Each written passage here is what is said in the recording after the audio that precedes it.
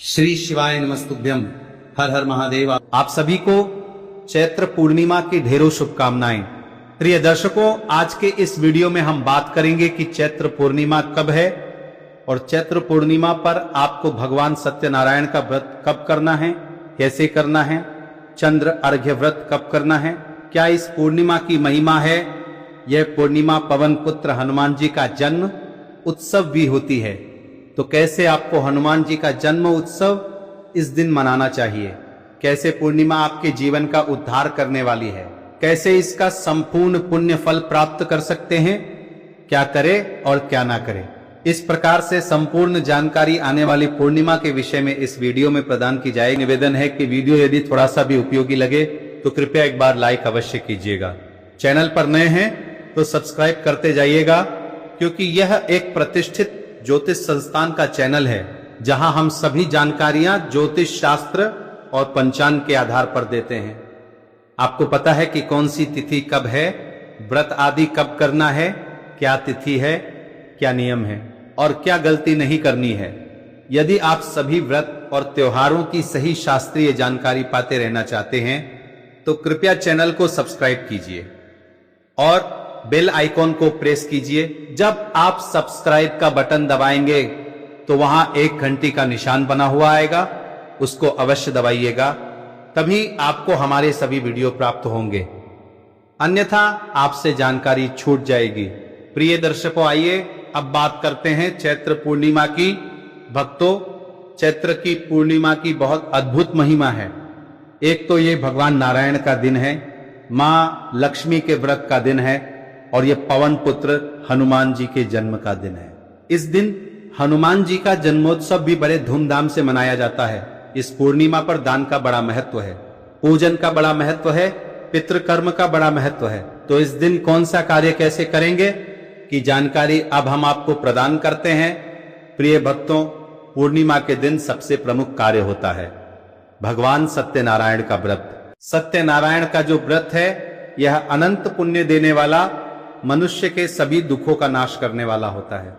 कैसे करना चाहिए सत्यनारायण भगवान का व्रत आने वाली पूर्णिमा पर कैसे करेंगे, क्योंकि पूर्णिमा पर भद्रा का भी साया बताया जा रहा है। भद्रा रहेगी सुबह 7:50 से और 7:23 तक, सुबह 7:23 तक। तो प्रिय दर्शकों, ऐसी अवस्था में सत्यनारायण भगवान का व्रत पूजन कैसे करना चाहिए। सबसे पहले प्रातः काल स्नान आदि से व्रत स्वच्छ वस्त्र धारण करके आपका जो भी पूजा स्थल है, जहां बैठकर आप पूजन करते हैं, भगवान सत्यनारायण की पूजा करते हैं, या जो उपयुक्त स्थान आपके घर में है वहां पर सभी सामग्री को एकत्रित कीजिए। सामग्री एकत्र करके आसन लगा के बैठ जाइए। सामग्री क्या चाहिए? सबसे प्रमुख है भगवान सत्यनारायण का चित्र, प्रतिमा या तस्वीर। उनको स्थापित करने के लिए एक चौकी की आवश्यकता होगी। उस पर बिछाने के लिए पीले रंग के वस्त्र हो तो बहुत उत्तम है। रोली, पान, सुपारी, लौंग, इलायची, धूप, दीप, नैवेद्य, पुष्प, इत्र, जनेऊ भगवान को अर्पित करने के लिए पंचामृत बनाएंगे। कच्चा दूध, दही, घी, शहद, शक्कर, गंगाजल, यह सामग्री आपको पूजा के लिए चाहिए। ये सारी सामग्री एकत्र कीजिए। एक लोटा तांबे का लीजिए, अच्छे से मांज लीजिए उसको। उसमें पहले थोड़ा सा गंगा जल भरिए, फिर शुद्ध जल, और अब आसन लगा के पूर्व दिशा या उत्तर दिशा की ओर मुख करके बैठ जाइए। सबसे पहले लोटे में जो जल है उस जल के छींटे दीजिए। पुष्प के माध्यम से उस स्थान पर जहां बैठकर आपने पूजन करना है और सामग्री पर जो भगवान को अर्पित करनी है, क्योंकि जो सामग्री आप लाए हैं यह आपके पास आने से पहले ना जाने किसने किस अवस्था में छुई है, इसीलिए इसका शुद्धिकरण आवश्यक है। भगवान को अर्पित करने से पहले पवित्र करना आवश्यक है।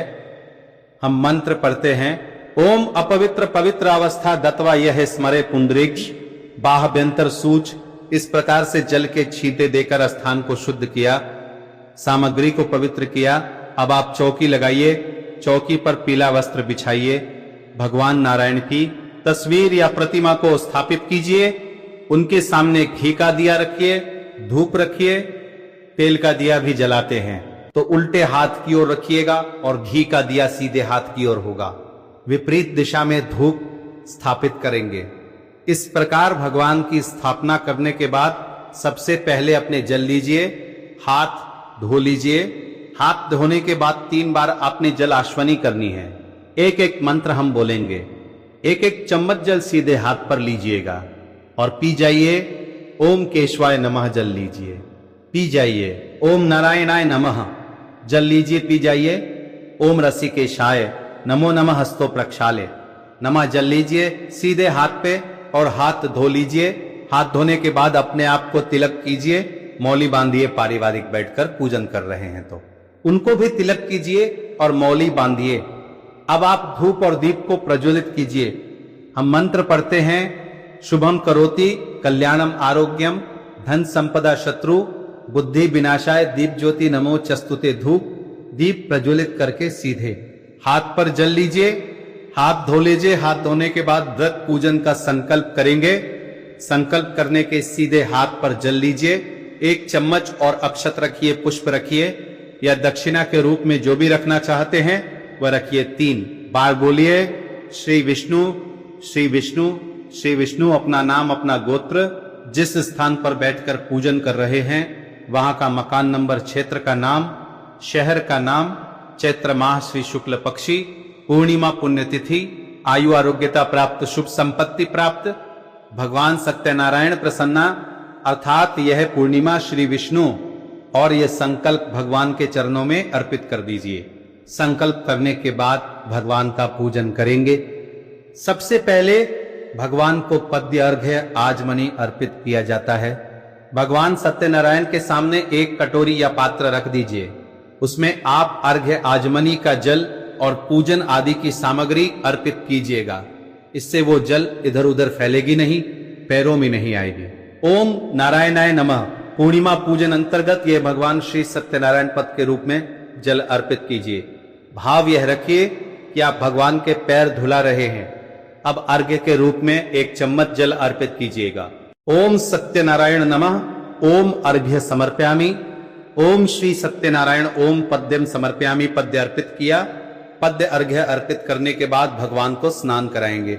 स्नान कराने के लिए पुष्प के माध्यम से जल के छींटे दे सकते हैं। जल के छींटे दीजिएगा। ओम श्री सत्यनारायण नमः स्नानम समर्पयामि। भगवान को जल अर्पित कीजिए। स्नान कराने के बाद प्रभु को पंचामृत से स्नान कराया जाता है। तो पंचामृत बनाइए। कच्चा दूध, दही, घी, शहद, शक्कर मिलाकर और पंचामृत को फूल पर लगा लीजिए। वह प्रभु को अर्पित करेंगे। ओम सत्यनारायणाय नमः पंचामृत स्नानम समर्पयामि। पंचामृत से स्नान करा के फिर शुद्धियों तक स्नान कराते हैं। शुद्ध जल से ओम सत्यनारायणाय नमः शुद्ध जल से स्नान कराइए। प्रभु को स्नान कराने के बाद भगवान को वस्त्र के रूप में मौली का एक टुकड़ा तोड़ के अर्पित कीजिए। ओम सत्यनारायण नमः जनेऊ लीजिए। जनेऊ को रोली कुमकुम आदि से तिलक कर लीजिए। उसके बाद वह अर्पित कीजिएगा। ओम श्री सत्यनारायणाय ओम भूर्भुवा स्वाहा श्री सत्यनारायणाय नमः। ये जो पवित्रम समर्पयामि, कभी भी प्लेन जो जनेऊ आती है उसको ऐसे अर्पित नहीं करना। उसको या तो तिलक करना रोली कुमकुम आदि से या हल्दी लगा लीजिएगा, फिर अर्पित कीजिएगा। यज्ञ जो पवित्र अर्पित करने के बाद भगवान को तिलक कीजिए। ओम श्री सत्यनारायणाय तिलकम समर्पयामि। ओम श्री सत्यनारायणाय अक्षतम समर्पयामि। अक्षत लगाइए। भगवान को पुष्प अर्पित करेंगे। फूलों की माला हो आपके पास तो माला पहनाइएगा। ओम श्री सत्यनारायणाय नमः पुष्प समर्पित कीजिए। भगवान को माला अर्पित कीजिए। माला अर्पित करने के बाद भगवान को धूप दिखाइएगा और दीप दिखाइएगा। ओम सत्यनारायणाय नमः। धूपम दर्शयाम ओम सत्यनारायणाय नमः। दीपम दर्शयामी। धूप दीप दिखाइए। और नैवेद्य क्या है? जो भी फल मिठाई आपके पास है वह मिश्री है।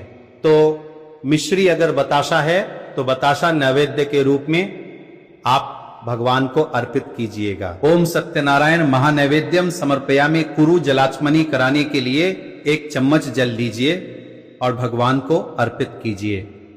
पान का पत्ता लीजिए, उस पर 2 लौंग, 2 इलायची, सुपारी रखिए और वो बीड़ा बनाकर भगवान को द्रव्य अर्पित कीजिए।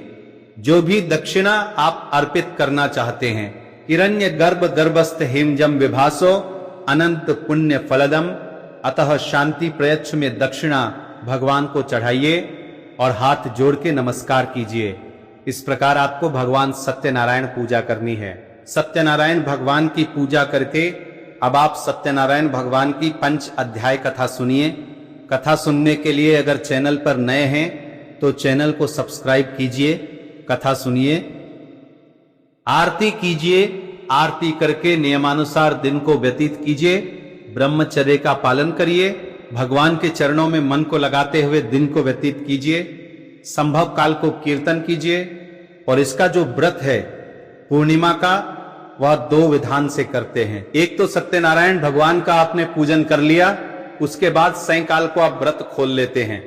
एक चंद्र अर्घ्य व्रत होता है कि आपने सत्यनारायण भगवान का पूजन किया, कथा आदि सुनी, शाम को चंद्रमा उदय हुआ, चंद्रमा को आपने अर्घ्य दिया, उसके बाद आपने व्रत खोला, तो आप दोनों ही विधि से कर सकते हैं। दोनों ही उत्तम है, श्रेष्ठ है। इस व्रत में अन्न खा लिया जाता है क्योंकि भगवान को भोग ही पंजीरी का लगता है। तो ध्यान दीजिएगा कि पूजा आदि करने के बाद केले, पंजीरी और पंचामृत का भगवान को भोग लगाना चाहिए।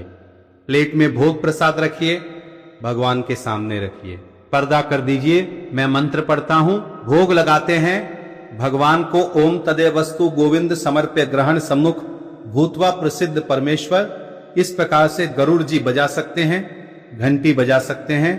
आप फिर जल लीजिए, आचमन में थाली के चारों तरफ घुमाइए 3 बार और छोड़ दीजिए सर झुका के, और थाली वहां से उठा लीजिए, इसको बाकी प्रसाद में मिला दीजिए। जब आप स्वयं व्रत खोलेंगे तो पहले इसी में से प्रसाद लीजिएगा। यही प्रसाद जो है कथा पूजन आदि के बाद आपको अपने सभी पारिवारिक जनों में और जो भी मित्र जन आपके आए हो, समय पर उन सबको लेना चाहिए। सभी को यह प्रसाद ग्रहण करना चाहिए, बड़ा कल्याणकारी होता है। इस प्रकार से सत्यनारायण भगवान का पूजन करेंगे। सायंकाल को चंद्रमा को अर्घ्य देंगे तो जल में थोड़े से अक्षत डाल लीजिएगा, मिश्री डाल लीजिएगा और उससे आप चंद्रमा को अर्घ्य दीजिएगा। ओम श्रम श्री श्रम सह चंद्रम से नमा या ओम सो सोमाय नमा, ये मंत्र बोलते हुए आप अर्घ्य दे सकते हैं। ये तो विधि हुई कि कैसे आपको सत्यनारायण भगवान का पूजन करना है, कैसे व्रत करना है।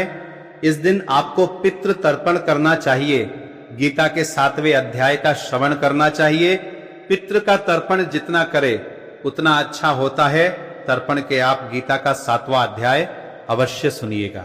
एक लोटा लीजिए तांबे का, उसमें थोड़ा सा गंगा जल भरिए, शुद्ध जल भरिए, थोड़े काले तिल, 1 पत्ता तुलसी का और कुशा उसमें डालिए, आसन लगाइए, दक्षिण दिशा की ओर मुख करके बैठ जाइए, लोटे को सामने रखिए और गीता के 7वें अध्याय का श्रवण कीजिए। मैं आपको अपलोड करूंगा गीता का 7वां अध्याय, और अगर वीडियो प्राप्त ना हो तो YouTube पर लिखिएगा गीता का 7वां अध्याय बाय ज्ञान की बातें, तो हमारे बहुत से वीडियो हैं 7वें अध्याय के, वहां आपको प्राप्त होंगे। अध्याय सुनिएगा, फिर संकल्प करते हुए उसका पुण्य अपने पितरों को अर्पित कीजिएगा और तदोपरांत उस जल से तर्पण कीजिएगा। ये कार्य अपने पितरों को तृप्त करता है। आपके पित्र जब तृप्त होते हैं तो आपके जीवन में खुशियां ही खुशियां होती है। तीसरा कार्य होता है पूर्णिमा का स्नान, बड़ा महत्वपूर्ण होता है। संभव है किसी पवित्र नदी में स्नान कीजिए। आप घर पर स्नान कर रहे हैं तो गंगा जल युक्त जल से स्नान कीजिए। नहाने का जो जल है उसमें पहले थोड़ा सा गंगा जल डाल लीजिए, फिर आप स्नान कीजिए। ये कार्य बड़ा पुण्यदायी है। चौथा कार्य होता है, पर जितना दान दिया जाए उतना कल्याणकारी है। जितना दान देंगे उतना बढ़ेगा धन, तो खूब दान दीजिए। ब्राह्मणों को दान दीजिए, ब्राह्मण को भोजन कराइए, भंडारे करा सकते हैं, भंडारे कराइए, गरीबों की सहायता कीजिए। ये कर्म है जो पूर्णिमा के दिन बने हैं।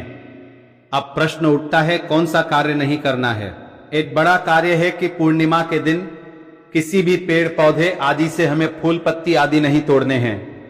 फूल पत्ते नहीं तोड़ने हैं। तोड़ने किसी भी पेड़ पौधे से, इसका ध्यान रखिएगा, यह बड़ा पाप उत्पन्न करता है। इस प्रकार से को बिना हानि पहुंचाए, बिना किसी का अहित किए हुए हमें यह दिन व्यतीत करना चाहिए। अब बात आती है कि यह पूर्णिमा है, कब व्रत कब किया जाएगा, सूर्य के मुख से पूर्णिमा कब रहेगी और साथ में मुहूर्त क्या रहेगा पूजा के लिए। प्रिय दर्शकों, चैत्र मास की जो पूर्णिमा है, यह पूर्णिमा तिथि आरंभ हो रही है। 1 तारीख को सुबह 7:00 पर और 2 तारीख को यह समाप्त हो जाएगी। सुबह 7:41 पर बड़ा महत्वपूर्ण होता है पूर्णिमा के निर्धारण में। इसीलिए के अनुसार तो पूर्णिमा 2 तारीख को है। सूर्य के मुख से पूर्णिमा 2 तारीख को रहेगी, लेकिन चंद्रमा का उदय पूर्णिमा में नहीं है 2 तारीख को। इसीलिए जो भी चंद्र उदय व्रत आदि करते हैं आप 1 तारीख को करेंगे, श्रेष्ठ रहेगा। जो पूर्णिमा के दान पुण्य है, सुबह सुबह के स्नान आदि के कार्य है, वे सब आपको 2 तारीख को करने चाहिए। हनुमान जयंती, हनुमान जन्मोत्सव भी 2 तारीख को ही मनाया जाएगा। अब मुहूर्त आदि की बात कर लेते हैं। 1 अप्रैल को ब्रह्म मुहूर्त रहेगा, सुबह 4:40 से और 5:34 तक सूर्योदय हो रहा है। 6:18 पर सूर्यास्त होगा। शाम को 6:34 पर अमृत काल का जो समय रहेगा सुबह के लिए, वह बड़ा उत्तम है।